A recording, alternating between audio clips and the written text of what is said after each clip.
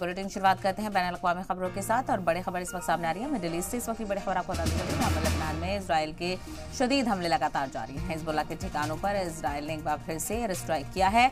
Israel के हमलों से लेबनान में भारी तबाही देखने को मिल रही है। हमले में हिजबुल्ला की मिसाइल यूनिट कमांडर और डिप्टी कमांडर की मौत की खबर भी सामने आ रही है। तो वहीं हिजबुल्ला के हेडक्वार्टर पर भी अटैक यहाँ पर इजराइल ने किया है। इजराइल ने साउथ बैरूत पर दर्जनों बम बरसाए हैं। बमबारी में 6 की मौत हो गई है तो वहीं 91 लोग जख्मी बताए जा रहे हैं। तो बड़े पैमाने पर तबाही का मंजर देखने को मिल रहा है और लेबनान में इजराइल ने एयर स्ट्राइक करके भारी तबाही मचा दी है। हिजबुल्ला के ठिकानों पर इजराइल ने एयर स्ट्राइक की है और इस हमले में हिजबुल्ला के 2 कमांडर के मारे जाने की खबर है। इजराइल के साउथ बैरूत पर दर्जनों बम बरसाए गए हैं तो वहीं बमबारी में 6 की मौत तो वहीं 91 लोग जख्मी बताए जा रहे हैं। तो लगातार ये तनाज़ा और कशीदगी बढ़ती जा रही है और बैनुल अक़वामी सतह पर इसके असर भी देखने को मिल रहा है। तमाम तर ममालिक की तरफ से रद्द-ए-अमल भी देखा जा रहा है और ऐसे में इजराइल ने वाज़ेह किया है कि वो अपनी पॉलिसी को लेकर वाज़ेह है और डटकर हिजबुल्ला पर हमले करता रहेगा।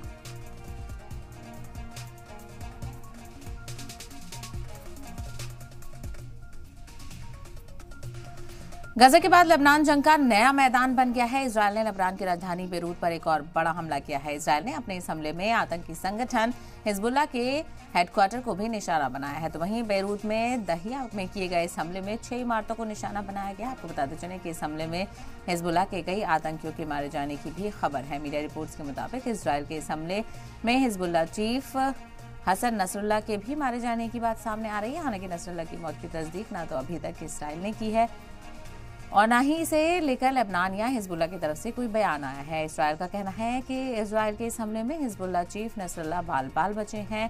हिजबुल्ला के हेडक्वार्टर पर हुए इस हमले से कुछ देर पहले ही वज़ीर-ए-आज़म बेंजामिन नेतन्याहू यूएन को बता रहे थे कि लेबनानी के हिजबुल्ला के खिलाफ मुहिम जारी रहेगी।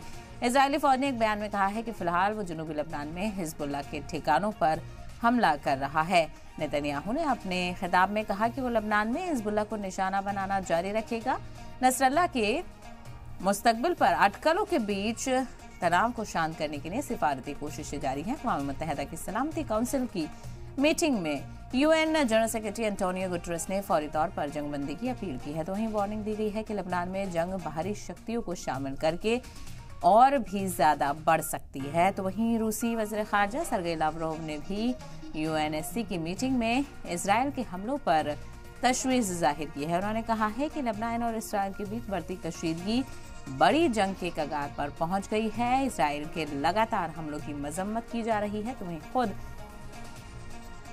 इजराइल में भी लगातार जंगबंदी और यरगमालियों की रिहाई के लिए एहतजाज हो रहे हैं, लेकिन इजराइल अपनी जारहत से बाज नहीं आ रहा है। तो एक तरफ गाजा में तबाही का मंजर पहले ही देखने को मिल रहा है तो दूसरी तरफ अब लेबनान भी उसी राह पर बढ़ता हुआ नजर आ रहा है। और इसी को लेकर चर्चा करते हैं। हमारे साथ कुछ खास मेहमान जुड़ गए, उनका तारुफ आपसे करा देते हैं।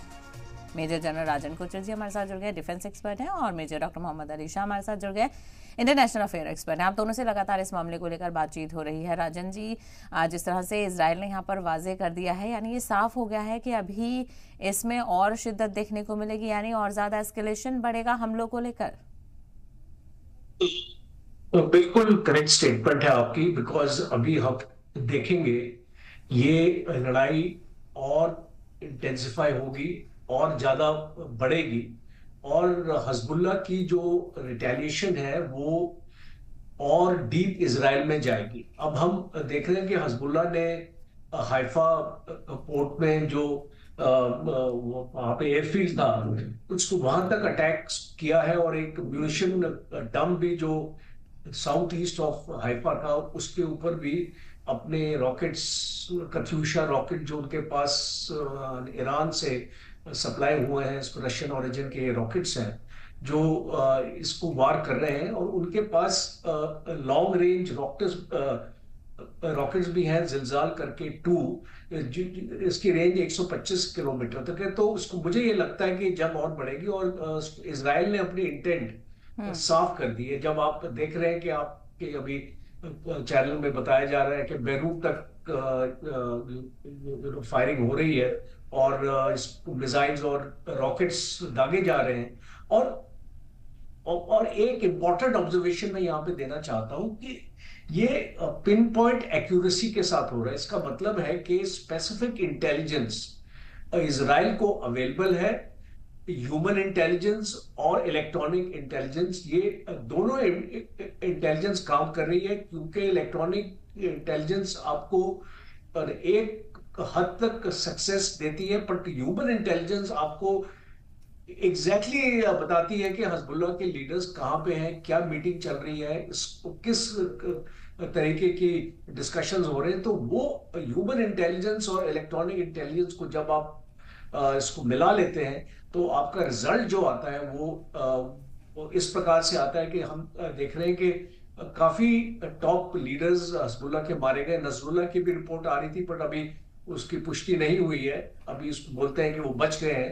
तो अगर इस तरीके का इजराइल की स्ट्रेटजी को एज ए मिलिट्री एनालिस्ट हम एनालाइज करने की कोशिश करें, तो ये एक 3 पॉइंट स्ट्रेटजी सामने आती है। पहले स्ट्रेटजी आती है कि आप उनका कम्युनिकेशन सेंटर्स को नष्ट कर दीजिए, उनके पेजेस अटैक करके उनका पूरा कम्युनिकेशन नेटवर्क आपने अफेक्ट कर दिया। दूसरी इनकी स्ट्रेटजी है कि उनके लीडरशिप को खत्म करने की कोशिश करें। जहां जहां पे उनकी इसको लीडर्स हैं, उनको पिन पॉइंट एक्यूरेसी के साथ उनको खत्म करें। और उसका इसको मकसद ये होता है लड़ाई में, इस टाइप की लड़ाई में और इस टाइप के ग्रुप में, हजबुल्लाह जैसे, कि आप अगर उनके टॉप लीडर्स को अगर आप एलिमिनेट कर देते शुरुआत जी में ही, जी जो भी प्लानिंग होनी होती है आगे वाली, बिल्कुल। अब आपके पास लौटती हूँ, मोहम्मद अली शाह साहब से भी रिएक्शन लेने थे। मोहम्मद अली शाह साहब, जो हमास के खिलाफ हम इसराइल का रवैया देख रहे थे, अभी एक फोकस शिफ्ट यहाँ पर नजर आ रहा है। हिजबुल्लाह की तरफ उसने अपना ध्यान ज्यादा केटर कर लिया है। इसके पीछे का मकसद क्या नजर आता है? क्या हमास के साथ जो मकसद था वो पूरा हो गया है? जी देखिए, अभी मकसद वैसे पूरा वैसे नहीं हुआ है। मकसद तो इनका अलग है। मकसद है पूरी बर्बादी बर्बादी बर्बादी बर्बादी करना। और देखिए, जो एक मिसाइल एक अटैक हुआ था जो कि हिजबुल्लाह ने किया था इजराइल के ऊपर, तो बिना सायरन बजे इनके एक ओपन ग्राउंड इजराइल में बिना अलर्ट करे वो गिरा। लेबनान ने उससे पहले एक कार्रवाई करी थी, जो कि लेबनान जो इजराइल ने लेबनान पे की थी। उनके जो पहाड़ी इलाका है, माउंटेन टाउन है बादाऊं का, बादाऊं के ऊपर इन्होंने साउथ ईस्ट बेरूट पे आता है वो। तो शनिवार को सुबह इन्होंने ये स्ट्राइक करी थी। और जो लेबनीज लॉ मेकर हैं मार्क दाऊ, उन्होंने इसके बारे में रोटर्स यानी कि रिपोर्टर्स को बोला है और बताया था इसके बारे में। अब मकसद पूरा नहीं होता है अभी भी, क्योंकि नेतन्याहू का उन्होंने बोला था कि हम पहले 7 अक्टूबर को कहा था हम हमास को खाक में मिला देंगे। और उन्होंने काफी हद तक हमास का नुकसान किया है। और इसके चलो हमास का नुकसान किया तो किया, कोई बात नहीं। मासूम, मजलूम, लाचार, मजबूर खवातीन, बच्चे, बुजुर्ग, सिविलियन, उनका 41,000 से ऊपर उनका खात्मा किया है। 17,000 बच्चों का खात्मा किया है। तो ये बहुत ही गलत बात है। इसके अलावा इन्होंने कहा था कि ये हिजबुल्लाह को भी खाक में मिला देंगे। ठीक है, आप देखते हैं हम